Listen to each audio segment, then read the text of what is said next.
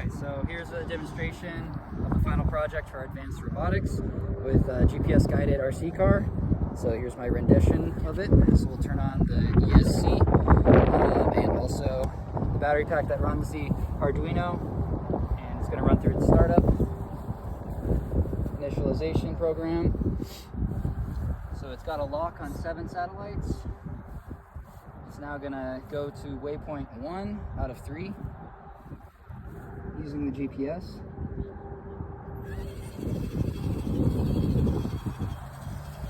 I should have brought my binder to do the obstacle.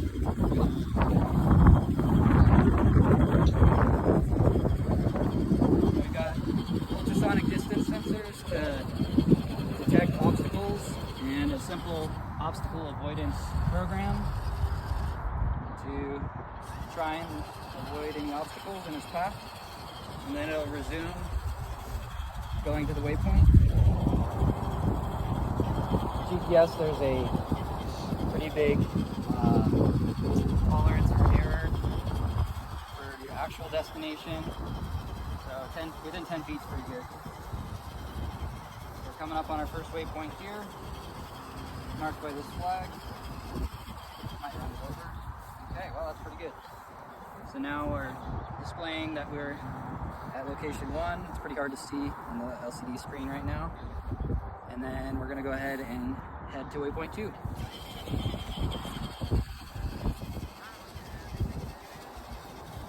Being a rock crawler, it's pretty slow. But we're not running it at full speed either. Try and be as accurate as possible.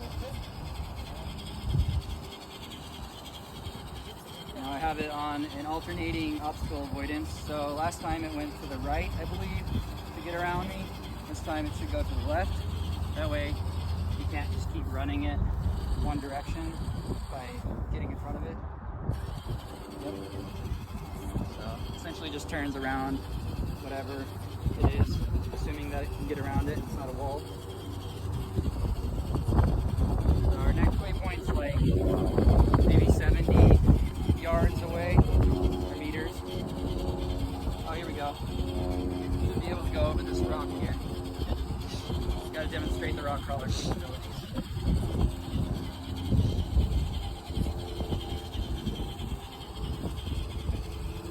Nice. Pretty slow. Probably need to speed up this video. It's okay, we'll play music in the background anyways. There you go.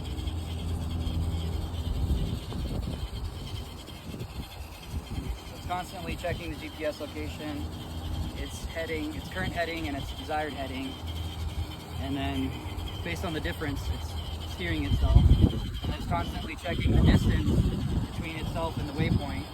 And once it's within a certain distance, 1.5 meters is what I have it set to, it stops, and then it moves on to the next waypoint. So we've got it stopping for 10 seconds at each waypoint as per the requirement of the final program.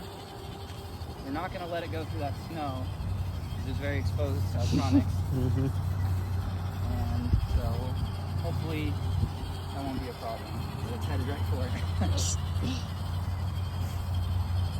our third waypoint's up on this hill, and once we reach it, we should do a spiral search, which it'll just go out in a spiral until it detects an object with its pressure sensor extended out on the front bumper. And then once it detects the object, it should end the program.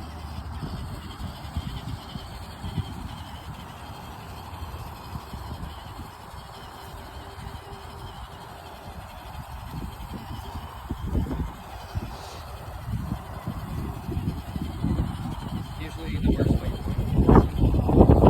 It's also really windy. Welcome to spring in Colorado. Oh, that's pretty. Alright, it's going to do better this time. Come on. Yeah, it goes a little bit beyond it. Okay, maybe a lot beyond it. So now it should do a right spiral search. We're going to try the opposite.